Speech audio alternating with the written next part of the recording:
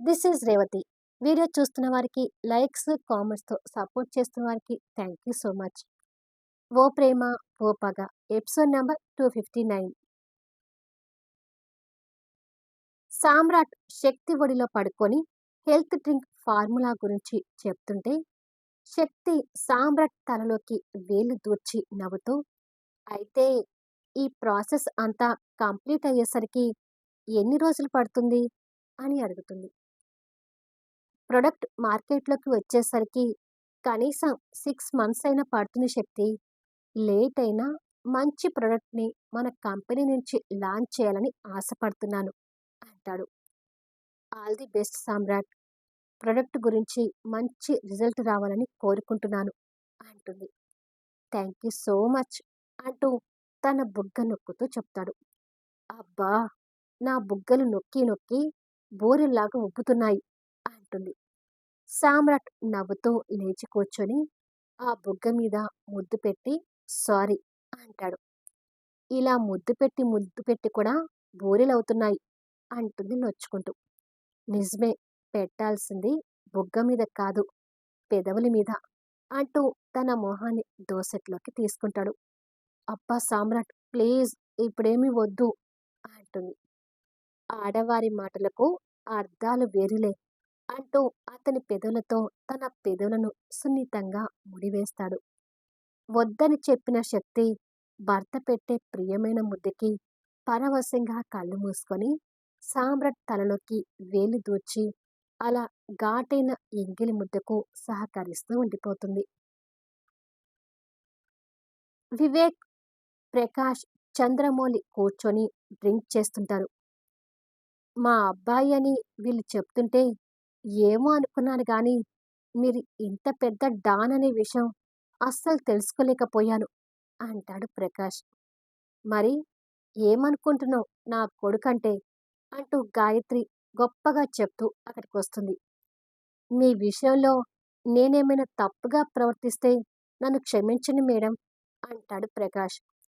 చంద్రమౌళి కోపం తెచ్చుకుంటూ, నువ్వు చేసింది ఏమైనా చిన్న తప్పా? మమ్మల్ని తిండికి ఎండపెట్టావు అంటాడు. స్టాప్ ఇట్ నాన్న, పనికిమాలిన విషయాలు మాట్లాడకండి అని శక్తిని రేప్ చేయటానికి మళ్ళీ ఎప్పుడు ప్లాన్ స్కెచ్ గీస్తున్నావు అని అడుగుతాడు వివేక్. ఆ మాటలకు అతను కాస్త కంగారు పడుతూ, ఇంకా నా ఒంటి మీద దెబ్బలు పూర్తిగా మానలేదు అంటాడు ప్రకాష్. ఆ దెబ్బలు ఇవాళ కాకపోతే రేపు మాన్తాయి. బట్ మనం అనుకున్నది చేయటం ముఖ్యం. ఆ శక్తి వల్ల నేను చాలా లాస్ అయ్యాను. తన వల్ల దొంగ నోట్ల ముద్రణ ఆగిపోయింది. కిడ్నాప్ చేసిన అమ్మాయిల్ని తన కారణంగా మళ్ళీ వాళ్ళ ఇళ్లకు పంపించే పరిస్థితి వచ్చింది. ఎటు నుంచి తను నా దారికి అడ్డు వస్తుందో అర్థం కావడం లేదు. అందుకని నువ్వు శక్తికి స్కెచ్ గీస్తే నేను సామ్రాట్ కంపెనీ మీద స్కెచ్ గీస్తాను. ఇద్దరం కలిసి వాళ్ళ నాశనానికి పూనుకుందాం అంటూ చేయి చూపిస్తాడు. ఓకే, డన్ అంటూ ప్రకాష్ వాడి చేతిలో చేయి కలుపుతాడు. అది చూసి గాయత్రి, చంద్రమౌళి సంతోషపడుతుంటారు. నా కూతుర్ని జైలుకి పంపించిన వాళ్ళెవ్వరూ సంతోషంగా ఉండకూడదు అంటుంది గాయత్రి. వాళ్లకు భయపడి తిండి నీళ్లు లేక ఇన్నాళ్ళు అవస్థ అనుభవించాం వివేక్. వాటి అన్నిటికీ ప్రతీకారం తీరాలి అంటాడు చంద్రమౌళి. ఇక నేను లైన్లోకి దిగాను కదా, అందర్నీ సర్వనాశనం చేస్తాను అంటాడు వివేక్. నైట్ 9 అవుతుండగా చారీ మాస్టర్ దిగులుగా కూర్చొని, సౌమ్య రేపటి నుంచి ట్యూషన్‌కి రానని చెప్పి వెళ్ళిపోయింది. ఎలాగైనా సౌమ్యని తన భర్త నుంచి దూరం చేసి నేను తన్ని పెళ్లి చేసుకోవాలి. ముందైతే ఒక్కసారి సౌమ్యతో ఫోన్ మాట్లాడాలి అని అనుకొని తనకి కాల్ చేస్తుంటాడు. అదే సమయాన సౌమ్య రూమ్‌లో భరత్ తనకి ఎదురుగా కూర్చొని లెసన్స్ చెప్తుంటాడు. సౌమ్య కూడా బుద్ధిగా వింటూ కూర్చుంటుంది. ఫోన్ రింగ్ అవుతుండగా సౌమ్య పక్కనున్న ఫోన్ తీసుకొని, మా చారీ మాస్టర్ ఫోన్ చేస్తున్నారు బావా అని అంటుంది. అది విని భరత్ కాస్త కంగారు పడుతూ, అతనెందుకు ఫోన్ చేస్తున్నట్టు నువ్వు ట్యూషన్ మానేస్తున్నావని చెప్పావు కదా! అని అడుగుతాడు. చెప్పాను. కానీ ఎందుకు ఫోన్ చేస్తున్నాడో ఒకసారి తెలుసుకుంటాను అని చెప్పి ఫోన్ లిఫ్ట్ చేసి, హలో అని అంటుంది. తన గొంతు వినగానే చారీ మాస్టర్‌లో దిగులు మాయమై నవ్వుతూ, హలో సౌమ్య, ఏం చేస్తున్నావు? అని అడుగుతాడు. మా బావ పక్కనే కూర్చొని పాఠాలు చెప్తుంటే వింటున్నాను చారీ మాస్టారు అని చెప్తుంది. తన మాటలకి కాస్త ఆశ్చర్యపోతూ, అంటే మీ బావ ఇప్పుడు నీ పక్కనే ఉన్నాడా? అని అడుగుతాడు. హా! పక్కనే ఉన్నాడు. నా పక్కన కూర్చొని పాఠాలు చెప్తున్నాడు అని హుషారుగా చెప్తుంది. భరత్ ఆ మాటలు వింటూ మౌనంగా ఉన్నాడు. అతను పక్కన ఉన్నప్పుడు నేను సౌమ్యతో మాట్లాడడం కరెక్ట్ కాదులే అని అనుకొని ఊరికనే ఫోన్ చేశానులే సౌమ్య.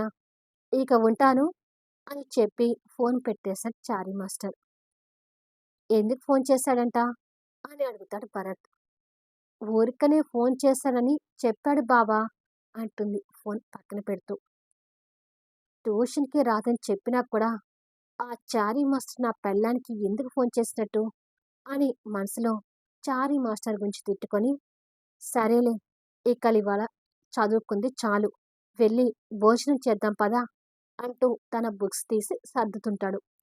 కాసేపు చదువుకుంటానులే బావా అంటుంది. తిండి, నిద్ర మానేసి నువ్వు చదువులో అంత కష్టపడాల్సిన అవసరం ఏమీ లేదులే అని చెప్పి బుక్స్ పక్కకు పెట్టి తనని తీసుకొని డైనింగ్ టేబుల్ దగ్గరికి వెళ్తాడు. కొద్దిసేపటికి ఇద్దరూ నవ్వుతూ, మాట్లాడుతూ భోజనం చేస్తుంటారు. వాళ్ళిద్దరూ అంత కలివిడిగా ఉండటం చూసి పని మనిషి కూడా నవ్వుతూ భోజనాలు వడ్డిస్తుంటుంది. భోజనాల తర్వాత సౌమ్య ఆవలించుకుంటూ, ఇక నేను వెళ్ళి పడుకుంటాను బావా అని చెప్పి వెళ్ళిపోతుంది. ఇంతకుముందు ఎంచక్కా నా రూమ్‌లో పడుకునేది.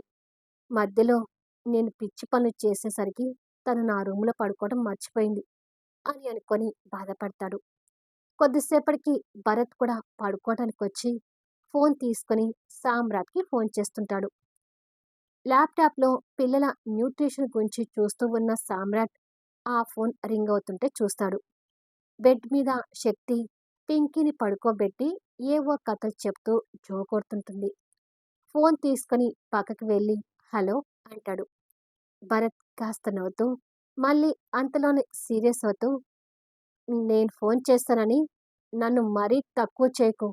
శత్రువు ఎప్పుడూ శత్రువే అంటాడు ఫోజు కొట్టుకుంటూ. ముందు నీ ఫోజులాపి కాల్ ఎందుకు చేశావో చెప్పు అంటాడు సామ్రాట్. సౌమ్య ఆ ట్యూషన్‌కి వెళ్ళడం మానేసింది. ఇక నాకు ఆ చారీ మాస్టర్ టెన్షన్ తీరినట్టే. నువ్వే నాకు సౌమ్యతో కలవడం కోసం సలహాలిచ్చావు కాబట్టి, ఈ విషయం నీతో పంచుకోవాలనిపించి ఫోన్ చేశాను అంటాడు. మంచి విషయం. బట్ ఇక సౌమ్యని ఎప్పుడు ఏడిపించకుండా నువ్వు తనతో పూర్తిగా కలిసిపోయి జీవితాన్ని మొదలుపెడితే మంచిది అంటాడు సామ్రాట్. ఆ రోజు కోసమే నేను ఎదురు చూస్తున్నాను. ఇంతకీ పింకీ ఎలా ఉంది? రోజు స్కూల్‌కి వెళ్తుంది కదా! అని అడుగుతాడు. పర్వాలేదే. నా కూతురు గురించి బాగానే అడుగుతున్నావు అంటాడు సామ్రాట్. పిల్లలు దేవునితో సమానం. నాకు ఏమైనా కోపం అనేది నీ మీద, ఆ శక్తి మీద గాని, పింకీ మీద కాదు.